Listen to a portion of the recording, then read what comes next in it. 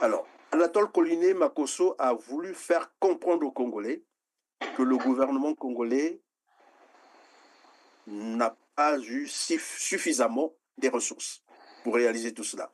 Une façon de dire, ce que vous vivez, ce que vivent les Congolais aujourd'hui, ce n'est pas la faute au gouvernement, mais c'est simplement parce qu'ils n'ont pas eu des ressources qu'il fallait. Quel commentaire vous inspire? C'est une injure aux Congolais, monsieur Christian Perrin. C'est une injure aux Congolais. Parce que lorsque nous voyons un peu tous les booms qu'a connus notre pays, on ne peut pas dire que le gouvernement ait manqué les moyens de sa politique. C'est simplement, c'est un problème de management, monsieur Christian Perrin. C'est un problème de management.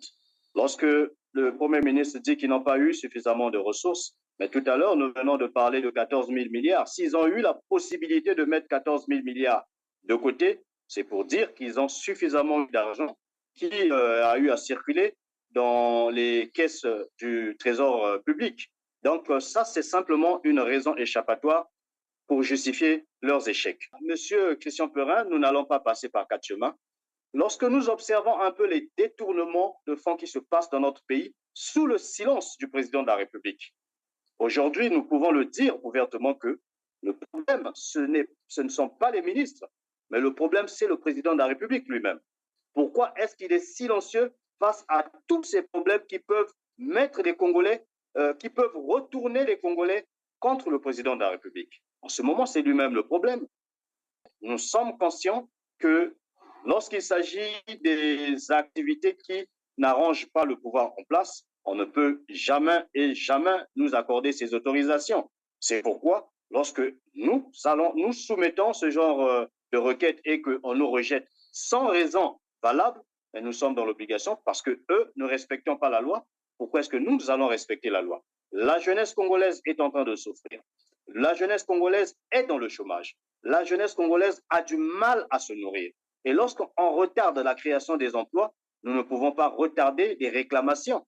Nous ne pouvons qu'utiliser ce droit que nous donne la Constitution, c'est-à-dire les manifestations. Les manifestations, elles sont pacifiques et reconnues par la Constitution. En ce moment-là, comment est-ce qu'on nous refuse un droit constitutionnel? C'est déjà une façon de marcher sur la Constitution. Et si eux marchent sur la Constitution, nous aussi, nous marcherons sur la Constitution. Nous ferons de notre mieux pour obtenir l'annulation de ces accords. Parce que tant que la RDC est en difficulté, nous aussi, nous ne pouvons pas bien dormir parce que ce sont nos voisins immédiats. Donc, c'est tout ce que je pouvais dire comme mot de la fin. Et je m'adresserai aussi au président de la République pour lui dire que tout est entre ses mains. C'est à lui de débloquer la situation du Congo. Je parle un peu de la colère grandissante de la jeunesse congolaise. Aujourd'hui, rien ne peut nous empêcher, rien ne nous empêchera de pouvoir revendiquer ce que nous sommes en train de revendiquer aujourd'hui. Nous avons lancé une marche le 16 mai. Le 18 mai, il y a aussi une marche que nous allons soutenir.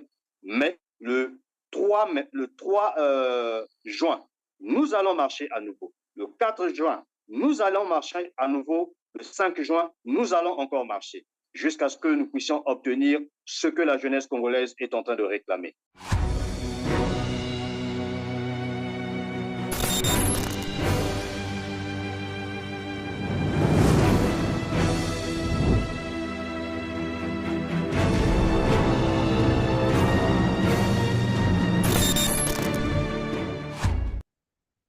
Bonjour Castellan Cédric Balou. Bonjour Monsieur Christian Perrin. Je vous en prie, Castellan Cédric Balou, vous êtes un des responsables du collectif des jeunes du Congo et de la diaspora, le CJCD. Merci d'être avec nous sur R7.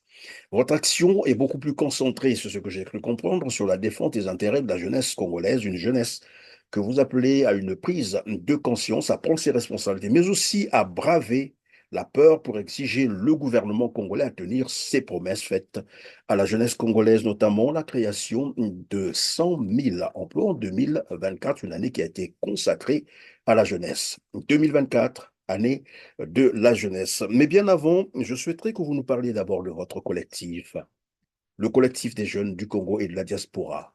De quoi s'agit-il concrètement? Oui, merci Monsieur Christian Perrin pour cette invitation où vous nous donnez l'occasion de nous exprimer sur votre plateau. Et le CJCD, c'est un mouvement qui est né suite à l'observation de plusieurs mensonges perpétrés par le gouvernement. Le gouvernement nous a longtemps entraînés dans une série de mensonges et cette jeunesse qui était enfant aujourd'hui est devenue adulte. Nous continuons toujours de vivre un peu ces vicissitudes d'une mauvaise politique.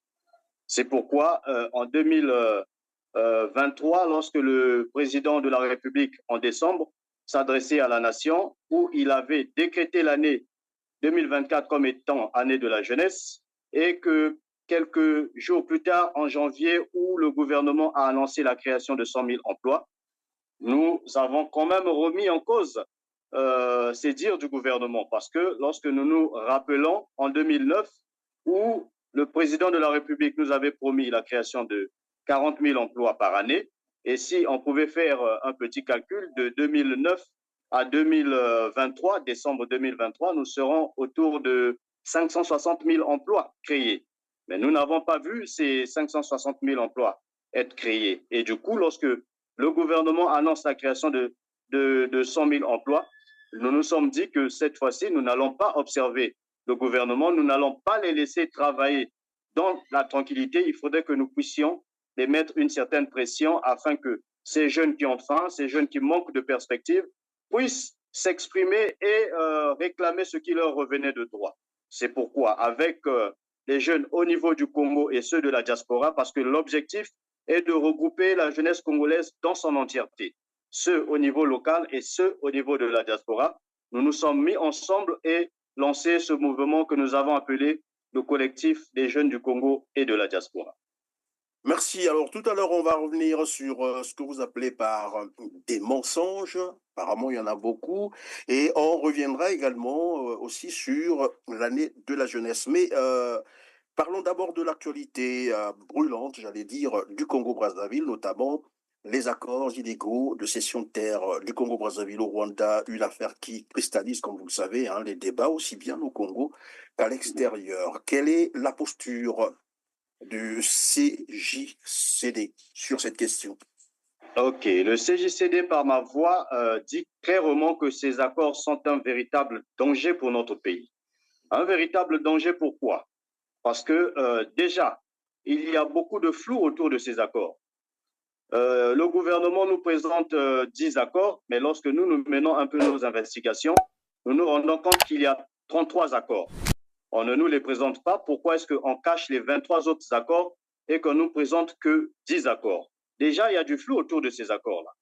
Deuxièmement, si nous repartons un peu en arrière vers les années 94, puisque ces accords, nous les signons avec le Rwanda, nous savons qu'en 94, il y a eu un génocide qui s'est passé au Rwanda. Une tuerie qui a opposé les Hutus et les Tutsis. Et de nos jours, nous avons beaucoup de réfugiés Hutus dans notre pays. Et sauf si je pouvais me tromper, le président Paul Kagame est un Tutsi. Et ces accords que nous signons sur la cession des terres voudraient dire que nous avons cédé 980 km² de terre aux Rwandais. C'est une superficie énorme. Et en les cédant cette superficie, cela voudrait dire qu'ils sont libres de venir s'implanter sur nos terres et que nous n'avons pas à les contrôler sur tout ce qui pourra se faire sur ces superficies qui leur ont été cédées. Et donc, c'est pour dire qu'il y aura des Tutsis qui viendront massivement s'installer sur ces 980 km² de terre. Et du coup, entre les Hutus qui sont déjà ici et les Tutsis qui viendront s'installer ici, nous risquons de connaître quand même une série de tueries dans notre pays. Troisièmement, nous sommes voisins avec la RDC et nous savons ce qui se passe entre le Rwanda, de par leur bras armés, le M23 et la RDC. Nous avons un grand territoire que nous partageons avec la RDC. Et lorsque nous allons signer des accords avec le Rwanda, sans mentir, déjà, nous pouvons dire que, sauf si nous nous trompons, si on nous cache ces accords, c'est qu'il y a aussi des accords militaires qui ne disent pas leur nom. D'où cela fait déjà de nous des co-belligérants entre ce qui se passe au niveau de la RDC et le Rwanda, ce qui nous mettra en contradiction avec nos amis et frères de la RDC. Et voilà le troisième problème qui se passe. Le quatrième problème, nous avons beaucoup de réfugiés dans notre pays, parmi lesquels les ex-phases et militaires qui appartenaient au feu président Mobutu, qui sont installés chez nous ici. Mais demain, si nous pouvons être en contradiction avec la RDC, pensez-vous que ces ex-phases qui sont de la RDC resteront tranquilles? Je peux dire qu'au niveau de notre pays, aujourd'hui, nous avons beaucoup de militaires de la RDC qui sont ici en civil. Et je pense que nous ne serons pas tranquilles si une guerre pouvait éclater. Quatrièmement, il y en a beaucoup, hein, monsieur Christian Perrin. Je vous en prie, oui. Mieux vaut en parler, nous savons que, merci beaucoup, nous savons que entre le Rwanda, qui est le bras armé qui est utilisé par les grandes puissances, notamment l'Union européenne et les États-Unis, entre le Rwanda et l'Angleterre, il y a des accords qui ont été signés où ils vont recevoir des réfugiés, de différentes nationalités, parmi lesquels des Afghans, des Syriens et des Palestiniens et autres. Bon, nous connaissons un peu la mentalité de ces différentes nationalités-là. Ils connaissent des guerres, ils sont dans le kamikaze, ils sont dans la fabrication des bombes artisanales et autres. Nous savons aussi que le Rwanda a un problème de terre, a un problème de superficie. La superficie totale du Rwanda est d'environ 26 000 km² et ils sont près de 13 millions. La démographie est forte pour une faible superficie. Où vont-ils installer tous ces réfugiés? Je pense qu'ils vont les installer aussi dans les différents territoires qu'ils viennent d'acquérir, notamment les terres que nous leur avons cédées. Et déjà de par là, nous risquons de connaître des instabilités dans notre pays. Donc voilà pourquoi, M. Christian Perrin, le CJCD par ma voix dit que nous sommes en danger avec ces différents accords et que nous sommes en train d'importer des guerres dans notre pays. Et cette fois-ci, ça ne sera pas des guerres que nous avions eu à connaître dans notre pays, une guerre civile, mais ça sera des guerres entre notre armée et l'armée d'autres pays mieux formés, mieux équipés que notre armée. Voilà un peu, alors M. donc, Christian. merci Cédric. Vous évoquez là évidemment l'insécurité, sinon la menace qui pèse désormais sur le Congo-Brazzaville, notamment, on parlerait d'une menace sur le plan national, mais aussi la souveraineté territoriale. Et il faut peut-être rappeler aussi que dernièrement, le Parlement congolais venait d'approuver, s'il faut le dire comme ça, l'exemption des visas aux Rwandais qui souhaiteraient arriver au Congo-Brazzaville. Et vous dites le Congo, le Rwanda plutôt a un problème d'espace. Ils sont beaucoup plus nombreux pour une petite superficie. Le Rwanda, et alors 980 km², vous l'avez aussi rappelé, on venait d'être cédé. La vérité, c'est ça, même s'il y a encore un débat au niveau du Congo, mais 980 km² ont été cédés aux Rwandais et les Rwandais l'ont dit eux-mêmes dans un reportage, tous les Congolais ont suivi. Mais il faut aussi rappeler que l'ambassadeur Théonesté, donc l'ambassadeur rwandais au Congo, est allé voir Pierre Mabiala pour exiger, bien sûr, l'obstention, comme qui dirait.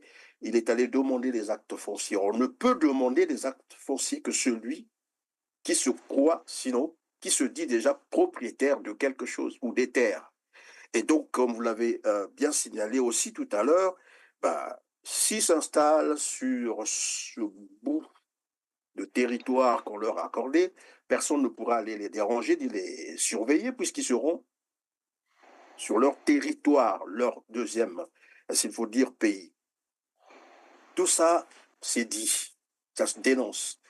24 heures sur 24, nous sommes en train d'entendre comment les Congolais montent au créneau, comment ils dénoncent. Alors d'autres sont même, mais vraiment fâchés. Qu'entendez-vous finalement faire pour faire reculer finalement le gouvernement congolais sur cette question, quitte à faire annuler ces accords? Oui, merci, Monsieur Christian Perrin. Bon, déjà, ces accords sont faux. Faux pourquoi? Parce que l'article 219 demande à ce que le peuple soit consulté pour la cession d'une partie de nos terres. Or, le président de la République, de par le biais de son ministre du partenariat public-privé qui a engagé ces accords, n'a pas eu à consulter le peuple congolais. Nous ne sommes pas allés vers un référendum où nous avons approuvé la cession des terres. Donc, jusque-là, pour nous, nous ne considérons pas que nos terres ont été cédées. Mais qu'à cela ne tienne, nous allons continuer à mettre la pression au gouvernement, nous allons continuer à manifester parce que ce sont des actes constitutionnels que nous allons mener, parce que nous sommes de ceux-là qui respectons la loi. Et nous ne pouvons aller que vers des actes qui ne sortiront pas hors du cadre constitutionnel. Et donc, nous mettrons cette même constitution du 25 octobre 2015 en application pour annuler ces accords. Les Congolais n'ont pas encore approuvé ces accords parce qu'évidemment, s'ils existent encore, malheureusement, et c'est ce que nous apprenons, que ces accords sont déjà mis en œuvre. Mais il y a eu donc violation de la Constitution congolaise, vous l'avez rappelé tout à l'heure, notamment l'article 219. Cédric, on va passer donc au deuxième volet qui porte sur la jeunesse. Vous aviez amorcé tout à l'heure, évidemment, sur cette affaire. Vous disiez d'ailleurs qu'il y a eu trop de mensonges, beaucoup de choses ont été dites, mais rien de concret. Alors, vous pensez qu'il faut interpeller la jeunesse à prendre ses responsabilités. Évidemment, dans le compte rendu du Conseil des ministres du 18, le 18 janvier 2024, il était question d'une urgence de mettre en œuvre, et c'est les termes qui avaient été employés, il y avait l'urgence de mettre en œuvre un programme vigoureux d'employabilité et de prise en charge particulière de la jeunesse congolaise en cette année 2024. Année qui a été consacrée d'ailleurs à la jeunesse, puisqu'on parle de l'année de la jeunesse. Alors, 5 mois déjà passés, quel commentaire vous inspire finalement cette annonce du gouvernement? C'est vrai que tout à l'heure, vous avez déjà parlé du mensonge, mais est-ce que à 5 mois, on peut peut-être encore espérer que les 7 autres mois qui restent, on peut réaliser la promesse sur les emplois? Ah oui, oui, monsieur Christian Perrin. Je vais être clair avec vous, monsieur Christian Perrin. La parole du gouvernement, elle n'a plus de valeur aux yeux de la jeunesse. Le gouvernement a longtemps trompé la jeunesse congolaise. Nous sommes allés de slogan en slogan. Nous sommes allés de mensonge en mensonge. C'est depuis le 31 décembre que le président a décrété l'année 2024 comme étant année de la jeunesse, où il aurait dit qu'au bout du premier trimestre, les résultats seront visibles. Le premier trimestre est passé, là nous allons presque au deuxième trimestre, rien de concret ne se fait. Alors, M. Christian Perrin parlait de 10 000 emplois qui doivent être mis à disposition des jeunes. Nous ne voulons plus des discours, nous voulons du concret. Parce que nous avons trop longtemps écouté des discours, il est temps que le gouvernement parle moins et qu'il puisse passer à la concrétisation de ce qu'ils ont eu à dire. 17 décembre 2019, Denis Sassou Nguesso annonçait le recrutement de 2000 enseignants. 5 ans après, les pauvres étudiants, enseignants, on appelle ça, les enseignants volontaires, c'est ça? Appelés volontaires, voilà, c'est le terme qu'on utilise souvent, appelés volontaires. On les voit d'ailleurs manifester tout le temps pour réclamer leur intégration à la fonction publique. Et donc, on arrive en 2024, l'année consacrée, année de la jeunesse, avec une promesse de 100 000 emplois. Rien que le chiffre, j'allais dire le nombre d'emplois. Vous pensiez que c'était réaliste? Oui, Monsieur Christian Perrin, je pense que c'était faisable et on pouvait même aller au-delà, mais avec une bonne volonté manifeste de la part du gouvernement. Mais nous comprenons aujourd'hui que la préoccupation du gouvernement, ce n'était pas de créer les emplois. Pourquoi, je le dis? Lorsque nous avons lancé une marche le 11 avril dernier, notre objectif était de soumettre au gouvernement un programme fait par les jeunes au niveau local comme ceux de la diaspora. Parce qu'après avoir attendu jusqu'au mois de février, nous avons constaté que rien n'était fait, aucun programme n'était présenté à la jeunesse. Et donc, puisqu'ils ont pour habitude de dire que les jeunes critiquent beaucoup plus et ne proposent rien, nous sommes mis ensemble, nous avons conçu un programme de 1000 milliards de francs CFA. Ce sont des jeunes Congolais pardon, qui ont... Cédric, vous pouvez nous rappeler quelques grandes lignes de ce programme? Justement, Monsieur Christian Perrin, j'ai le document avec moi. C'est même le même document que nous avons remis au ministre Hugues Ngouélondélé, mais je vais vous évoquer les grandes lignes, les composantes de ce Voilà, programme. comment structurer le programme, oui, à quoi, les Voilà. grandes lignes. OK, oui. Voici les 12 composantes de notre programme que nous avons soumis au gouvernement. Une éducation de qualité et formation professionnelle, parce qu'on s'est dit qu'il faut refaire la formation, il faut refaire parce que aujourd'hui, les étudiants qu'on nous produit sur le marché d'emploi, ils ne répondent pas aux besoins des entreprises. Et donc, il fallait apporter une réforme à ce niveau-là. Et donc, nous proposons une éducation de qualité et une formation professionnelle. Nous avons la stimulation de l'emploi et de l'entrepreneuriat. Nous avons l'amélioration de l'accès aux services de santé parce que vous savez que le CHU et les différents hôpitaux aujourd'hui sont des mouroirs, vous le savez, comme moi. Et nous avons proposé la promotion de l'engagement civique et du leadership. Vous voyez, aujourd'hui, avec tous les membres du gouvernement que nous avons aujourd'hui, ils passent beaucoup plus de temps à détourner les fonds plutôt qu'à travailler pour le peuple. Donc, nous avons pensé qu'il fallait revoir un peu le civisme dans notre pays. Et nous avons la promotion de l'inclusion sociale et de l'équité. Nous avons l'amélioration des infrastructures et des espaces publics. Nous avons la lutte contre le banditisme et la délinquance juvénile. Vous voyez, tous les délinquants, les bébés noirs, on les appelle de façon vulgaire. On passe beaucoup plus du temps à critiquer les actions qu'ils font, mais on ne pense pas d'abord à ce qui les pousse à commettre ces actions. Donc, nous avons réfléchi là-dessus. Nous avons pensé que pour régler ce problème, il faut regarder le problème à la source. Il faut le traiter à la source. Et donc, nous avons proposé une composante qui règle ce problème.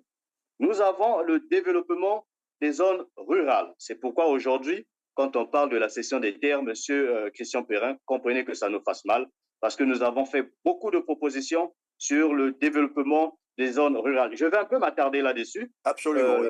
Voilà. Sur le développement des zones rurales, vous voyez, aujourd'hui, il y a des villages qui sont en train de disparaître. Simplement parce que, par manque de perspective, les jeunes partent des zones rurales pour les zones urbaines. Or, nous avons pensé qu'il fallait une politique incitative qui fera que ce soit les faits inverses qui se produisent, c'est-à-dire l'exode urbain, où les jeunes partiront des zones urbaines pour les zones rurales.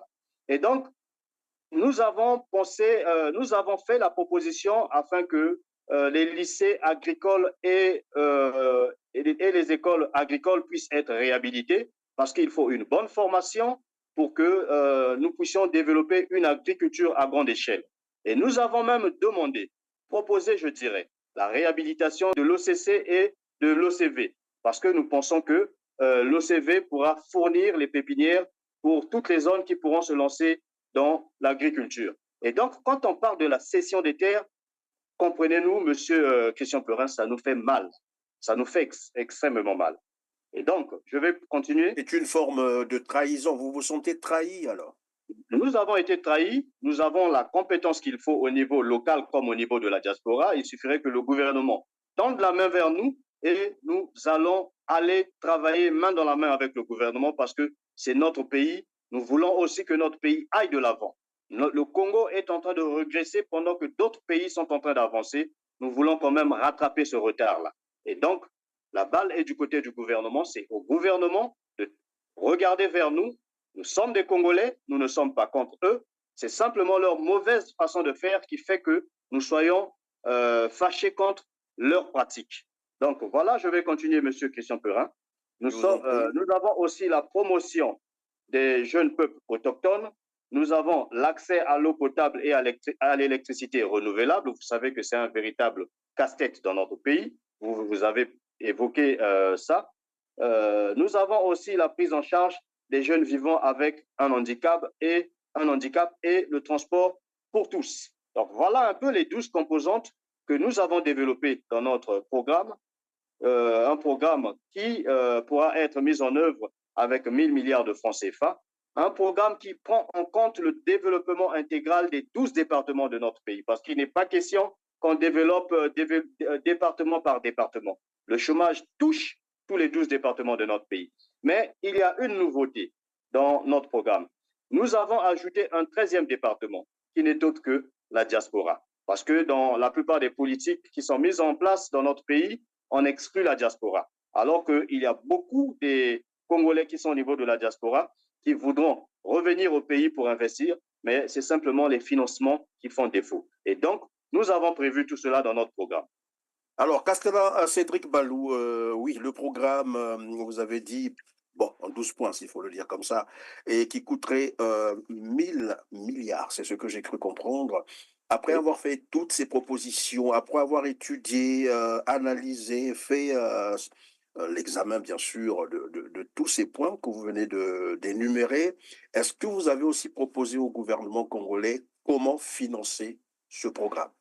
Parce que pour le exactement. gouvernement congolais, et c'est ce que j'ai cru entendre lorsque j'ai suivi, on va revenir d'ailleurs sur cet extrait d'Anatole Koulidé Makosso, que le Congo n'a plus rien, le Congo n'a pas d'argent, et donc voilà.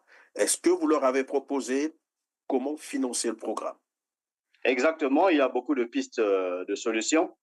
Dans nos recherches, nous avons découvert que nous avons, pour le budget de cette année, nous avons un excédent budgétaire de 536 milliards de francs CFA, environ 536 milliards de francs CFA. Et deuxièmement, il y a des ressources dont on ne parle pas souvent ici au Congo. Il s'agit de la responsabilité sociale des entreprises. Il s'agit de la responsabilité sociale des entreprises. Ça peut constituer un bon financement pour ce programme que nous sommes en train de vouloir mettre en œuvre. Et donc, pour cette année, avec les Et pardon, 536... c'est juste une proposition, mais aussi il faut probablement lutter contre la corruption et pourquoi pas rapatrier tout l'argent qui a été détourné et placé dans planqué dans les paradis fiscaux. C'est aussi un moyen pour récupérer de l'argent et financer ce programme. Exactement, exactement. Mais aussi, je ne pense pas que nous pouvons normalement avoir un problème de financement pour ce programme. Parce que c'est un programme qui s'étend sur 7 ans, à raison de 1000 milliards par année. Cette année, le financement partira de ce que je venais d'évoquer, c'est-à-dire l'excédent budgétaire, plus la responsabilité sociale des entreprises. Mais aussi, normalement, on ne pouvait pas avoir un problème là-dessus parce que jusque-là, nous avons 14 000 milliards de francs CFA des générations futures qui sont là, qu'on n'a jamais touché. Vous avez Vous suivi dites, l'interview? pardon, Cédric Valou, vous dites Oui, que 14 000 milliards qui sont là, planqués quelque part, qu'on n'a jamais touché. C'est vous qui le dites, mais alors que les Congolais se disent, ben, cet argent a été voilà, finalement volé parce que personne n'a compris où sont passés les 14 000 milliards. Et personne ne sait jusqu'aujourd'hui, ni Denis Sassou Nguesso lui-même, ni son gouvernement, personne ne dit où sont passés ces 14 000 milliards. Et pour les Congolais, ben, ça a été détourné, et ben voilà, ça n'existe peut-être plus. oui, bon, mais la voix officielle, c'est celle du président de la République. Nous avons suivi son interview, je pense, à Sur Africa France, 24. Oui, sur Africa Africa 24, oui, oui. 24, oui, je pense bien, où cette question lui avait été posée, mais il avait simplement répondu que cet argent, c'est pour les générations futures. C'est pour dire que ça n'a jamais été touché. Donc, la voix officielle dit que cet argent existe encore. Pourquoi est-ce que nous, on va remettre en cause cette parole? Donc, pour nous, les Merci, 14 000 pardon, milliards, Castelin. Avant de continuer, je vais proposer donc à nos téléspectateurs l'extrait où Denis Sassou Nguesso affirme que l'argent existe encore quelque part et c'est pour les générations futures. Suivez. Où va l'argent des générations futures? Ben, si les, des générations futures, c'est qu'il est pour les générations futures et gardé pour cela. Et on ne va pas donner à cette demoiselle, non, à gérer. Il existe une réserve aujourd'hui pour ces générations futures, Monsieur le Président? Mais c'est l'objet, non, du projet. Réserve pour les générations futures, oui. Alors, d'accord. Cédric Balou, l'argent, bon, encore que c'est lui qui le dit, mais les Congolais se posent la question, comment se fait-il que 14 000 milliards existent encore quelque part et ils vivent dans les conditions que vous connaissez très bien puisque vous êtes sur place. Vous savez à ce qui se passe sur place au Congo-Brazzaville où déjà même le rapport de la Banque mondiale, je crois que c'était encore en 2012, ça date quand même. On parlait déjà de 70% de la population qui vivait sous le seuil de pauvreté à moins d'1 dollar par jour. Et la misère s'est accrue au Congo-Brazzaville. On a des appels tous les jours. Déjà même le problème d'électricité, vous l'aviez évoqué d'entre deux jeux, l'électricité, l'eau, tout ça. plus rien, en fait, plus rien ne fonctionne au Congo-Brazzaville. Tout est au rouge, comme qui dirait. Mais dire que les 14 000 milliards existent encore quelque part, même si c'est pour les générations futures, mais pourquoi continuer à garder ça pour les générations futures quand déjà la génération actuelle croupit dans une misère telle que les gens n'en peuvent plus?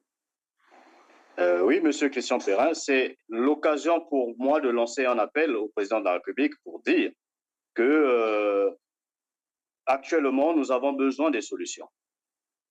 Et c'est l'occasion pour le président de la République d'ordonner le déblocage de ces 14 000 milliards qui pourront renflouer les caisses de l'État afin que notre économie soit relancée. Aujourd'hui, nous parlons de la création des emplois. C'est le président qui décrète cette année 2024, année de la jeunesse, et le gouvernement qui parle de la création de 100 000 emplois. Donc, il faudrait que des industries viennent pour s'installer ici dans notre pays. Nous savons que nous avons un problème de route. Les industries, pour s'installer ici, il faudrait que les problèmes clés soient résolus, comme l'électricité, l'eau et les routes. Alors, nous avons besoin de ces 14 000 milliards pour préparer le terrain pour la venue des industries qui viendront s'implanter dans notre pays. Parce que les industries, une fois qu'elles auront produit, elles auront besoin d'évacuer leurs produits pour la zone de commercialisation. Mais s'il n'y a pas de route, comment est-ce que ces entreprises pourront évacuer leurs marchandises? Donc, c'est l'occasion pour nous de lancer un appel au président de la République afin qu'il mette à disposition, qu'il leur donne la mise à disposition de ces 14 000 milliards. Parce que pour nous, lui qui est la voix officielle, affirme que cet argent existe bel et bien. Pourquoi est-ce que nous, qui ne sommes pas à l'exécutif, remettons en cause la parole du président de la République? Et dans le même temps, on peut également aussi interpeller le FIGA, je crois que c'est comme ça qu'on appelle ça, qui finalement avait reçu de l'argent pour aider, soutenir, j'allais dire, des jeunes entrepreneurs, mais cet argent a disparu. On a parlé de l'affaire FIGA-Gate qui jusqu'aujourd'hui finalement apparaît comme une tourloupe où bon, personne n'en parle, c'est comme si c'était réglé, c'est fait, l'affaire est close. Et dernièrement, d'ailleurs, je suivais qu'il y a un nouveau directeur qui vient d'être nommé. Mais alors, ceux qui ont pris l'argent des jeunes, est-ce que le CJCD ne va pas s'intéresser à ce dossier qui à poursuivre, par exemple, les auteurs de ce détournement en justice? Parce que c'est quand même l'argent des jeunes et votre collectif a une action beaucoup plus concentrée sur la jeunesse. Comme quoi vous êtes concerné par cela. Ah oui, Monsieur Christian Perrin. Le FIGA est une promesse de campagne du président de la République parce qu'il avait voulu aider les jeunes à créer des entreprises afin qu'ils soient financés. Parce que vous savez, au Congo, la levée de fonds pose problème. Vous pouvez avoir un bon projet, mais vous serez confronté à un problème, c'est la levée des fonds. Et donc, le président avait promis mettre en place une institution, si on peut l'appeler comme ça, qui pourra prendre en compte un peu les besoins de financement des projets. Mais malheureusement, cet argent qui avait été mis à la disposition du FIGA s'est volatilisé. Cet argent a servi à la ministre de tutelle, Madame Jacqueline Lidjamikolo, ça a servi à ses voyages, ça a servi à sa campagne aux élections législatives et autres. Et de par là, Monsieur Christian Perrin, nous n'allons pas passer par quatre chemins. Lorsque nous observons un peu les détournements de fonds qui se passent dans notre pays sous le silence du président de la République, aujourd'hui, nous pouvons le dire ouvertement que le problème, ce ne sont pas les ministres, mais le problème, c'est le président de la République lui-même. Pourquoi est-ce qu'il est silencieux face à tous ces problèmes qui peuvent mettre les Congolais, qui peuvent retourner les Congolais contre le président de la République? En ce moment, c'est lui-même le problème. C'est lui-même le problème, Denis Sassou Nguesso, vous avez dit. Alors, et puisque nous parlons du financement de ce projet, de ce programme, les propositions que vous avez fait d'ailleurs au gouvernement congolais, et comme vous l'avez rappelé, généralement, on accuse de toujours critiquer, jamais des propositions. Alors là, les propositions ont été faites, un programme, tout un programme a été présenté donc à ce gouvernement pour trouver une solution dont de l'employabilité de la jeunesse congolaise qui finalement, aujourd'hui, que vous l'avez rappelé, nous sommes déjà à 5 mois, donc nous sommes en mai. 5 mois après, personne ne sait si déjà le programme était amorcé, celui bien sûr de l'employabilité de la jeunesse. Mais je ne pense pas. Et il y a la précarité, nous l'avons dit tout à l'heure, les Congolais vivent dans une précarité absolue. J'ai rappelé, c'est 70%, mais là encore, ça date de 92, 2012 plutôt, et je crois que la situation s'est empirée aujourd'hui. C'est une misère indescriptible. Les éléments sont là, sont factuels. Vous avez comment on les appelle, des retraités. Parce qu'on nous a parlé des retraités qui doivent accumuler aujourd'hui plus d'une quarantaine de mois de pension à payer. Il y a des fonctionnaires je crois, des municipalités qui sont à près de 60 mois sans salaire. Les étudiants qui n'ont pas de bourse, l'eau, l'électricité sont devenus en fait toute une gymnastique, vous l'avez dit. Les réseaux routiers sont délabrés. Bref, les Congolais vivent dans précarité. Et pour justifier cela, nous avons suivi Anatole Koliné-Makosso, je crois que vous l'avez aussi suivi. Alors, pour Anatole Koliné-Makosso, c'est qu'ils supposaient, les gouvernants ont cru en leur modèle de développement et dont ils n'ont pas trouvé suffisamment des ressources pour réaliser cela. Et que désormais, comme il le disait aux journalistes d'ailleurs, que les Congolais ont pris conscience. Il parle au nom des Congolais. Je ne sais pas s'il a consulté les Congolais pour parler au nom des Congolais. Et les Congolais l'ont compris et que désormais, ils vont supporter leur carburant, l'électricité, l'eau. Et voilà, à ce moment-là, le gouvernement pourra leur proposer des meilleures, disons, qualités de services publics. Alors, Anatole Koliné-Makosso a voulu faire comprendre aux Congolais que le gouvernement congolais n'a pas eu suffisamment des ressources pour réaliser tout cela. Une façon de dire, ce que vous vivez, ce que vivent les Congolais aujourd'hui, ce n'est pas la faute au gouvernement, mais c'est simplement parce qu'ils n'ont pas eu des ressources qu'il fallait. Quel commentaire vous inspire? C'est une injure aux Congolais, M. Christian Perra. C'est une injure aux Congolais. Parce que lorsque nous voyons un peu tous les booms qu'a connus notre pays, on ne peut pas dire que le gouvernement ait manqué les moyens de sa politique. C'est simplement, c'est un problème de management, M. Christian Perrin. C'est un problème de management. Lorsque le Premier ministre dit qu'ils n'ont pas eu suffisamment de ressources, mais tout à l'heure, nous venons de parler de 14 000 milliards. S'ils ont eu la possibilité de mettre 14 000 milliards de côté, c'est pour dire qu'ils ont suffisamment d'argent qui a eu à circuler dans les caisses du Trésor public. Donc ça, c'est simplement une raison échappatoire pour justifier leurs échecs. Mais Monsieur Christian Perrin, j'aimerais un peu revenir sur le programme de la jeunesse que nous avions eu à soumettre au ministre Hugues Ngouélondélé. Oui, vous avez raison lorsque vous dites que certainement que ce programme n'a pas été pris en compte parce que nous le lui avons remis à main propre le 16 avril dernier. Nous avons remis le programme de la jeunesse auprès du ministre Hugues Ngouélondélé, mais déjà la supercherie était que nous avons été reçus sans médias, comme pour dire qu'il fallait que ça se fasse de façon secrète.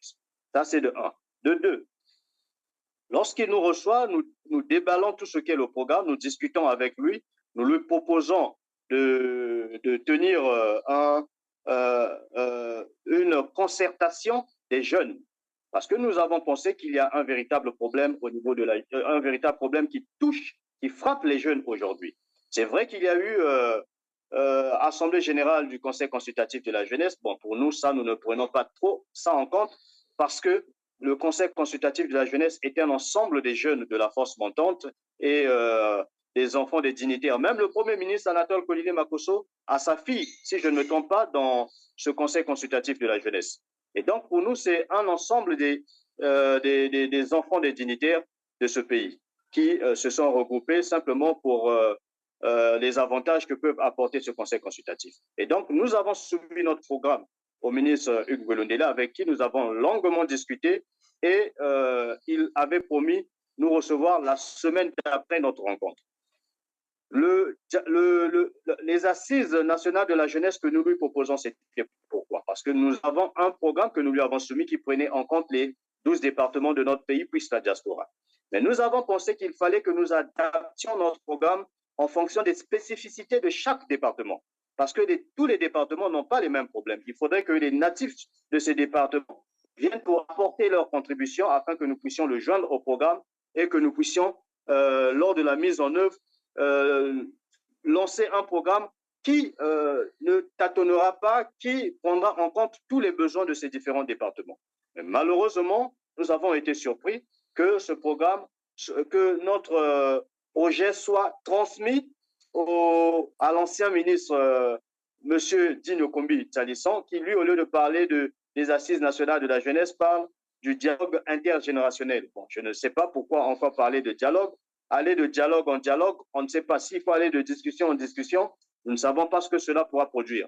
Aujourd'hui, nous n'avons plus besoin de ce dialogue. Même les assises nationales de la jeunesse que nous avions voulu lancer, ça n'a plus leur importance actuellement. Actuellement, les jeunes ont besoin du concret et donc il faudrait que nous allons vers le concret, c'est-à-dire la création des emplois pour les jeunes. C'est ce que les jeunes attendent. Pas des dialogues simplement visant à se mettre un peu d'argent en poche parce que nous savons que c'est le but ultime de l'ancien ministre Dine Okombi Talisson, qui ne vit que de ces occasions-là. Il faut créer un certain nombre de situations de le pays pour se faire un peu d'argent. Il nous a traités de oisifs parce que nous sommes en train de nous battre pour un programme que nous avons soumis. Mais il oublie que si aujourd'hui les jeunes Congolais sont oisifs, c'est à cause de l'échec du gouvernement dont lui aussi a fait partie.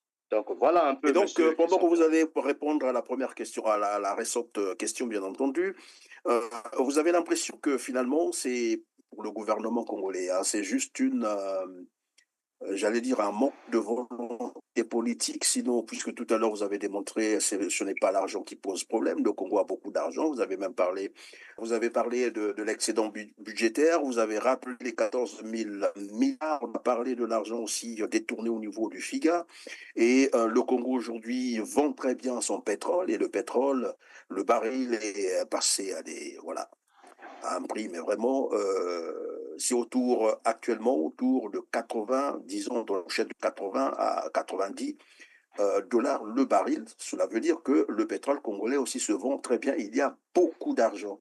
Et malgré tout cela, le gouvernement fait toujours comprendre les gens ou les Congolais qu'il n'y a pas assez d'argent. Je vais vous proposer donc un extrait, évidemment, de l'intervention d'Anatole Koliné-Makosso. Il était devant les journalistes congolais. Voici ce qu'il disait.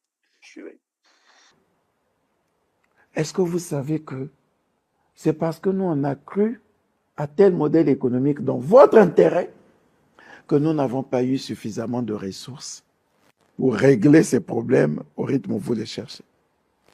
Maintenant que vous voyez que la priorité pour vous, ce n'est pas le carburant qu'on paye pour vous, ce n'est pas l'électricité qu'on paye pour vous, ce n'est pas l'eau qu'on paye pour vous, que pour ces trois produits, vous voulez seulement que nous puissions vous garantir la bonne qualité du courant, la bonne qualité de l'eau, la bonne qualité des voies de circulation, pour que vous-même vous puissiez payer le prix qu'il faut. Maintenant que vous avez compris qu'on peut faire ça, c'est le pacte social que vous concluez avec le gouvernement. Le gouvernement vous dit oui, je peux vous dire qu'avec votre engagement, je vais tout faire pour vous garantir la bonne qualité du courant et de faire en sorte que le courant arrive même dans les zones où il ne pouvait pas arriver. C'est ce qu'on commence à faire. Je vais vous garantir la bonne qualité de l'eau et de faire en sorte que l'eau soit de bonne qualité et qu'elle arrive là où elle ne pouvait pas arriver. Je vais vous garantir les vraies voiries urbaines. Puisque je ne finance plus moi ça et vous-même vous avez accepté de financer, moi, je vais prendre tout cet argent pour améliorer ce cadre de vie. Voilà. Je vais maintenant donner aux gens de faire l'assainissement, de nous construire une société de traitement des ordures. On va relancer l'usine des pavés. Voilà, alors Castellan Cédric Balou, pour Anatole Koliné-Makosso, les gouvernants, s'il faut le dire comme ça, sinon eux n'ont pas eu suffisamment des ressources pour répondre aux besoins des Congolais. Quel commentaire cela vous inspire? C'est simplement une façon pour eux de justifier leurs échecs. gouvernement a suffisamment eu des ressources, le gouvernement a suffisamment eu les moyens de sa politique, mais il faut aussi le reconnaître. Parce que nos ministres, lorsqu'ils arrivent là où ils sont, ils pensent avoir le monopole du savoir. Mais il n'y a aucune honte à demander de l'aide. Il y a des Congolais, il y a des sachants au niveau du Congo, au niveau de la diaspora, qui sont des Congolais. Il suffirait de faire appel à ces derniers, essayer d'échanger autour des problèmes qui concernent notre pays, et en ce moment, les solutions seront trouvées. Mais quand eux pensent avoir le monopole du savoir, c'est ce qui bloque notre pays, et c'est ce qui fait que nous ne puissions pas aller de là. Mais le gouvernement a suffisamment eu les moyens nécessaires de pouvoir transformer de façon qualitative ce pays.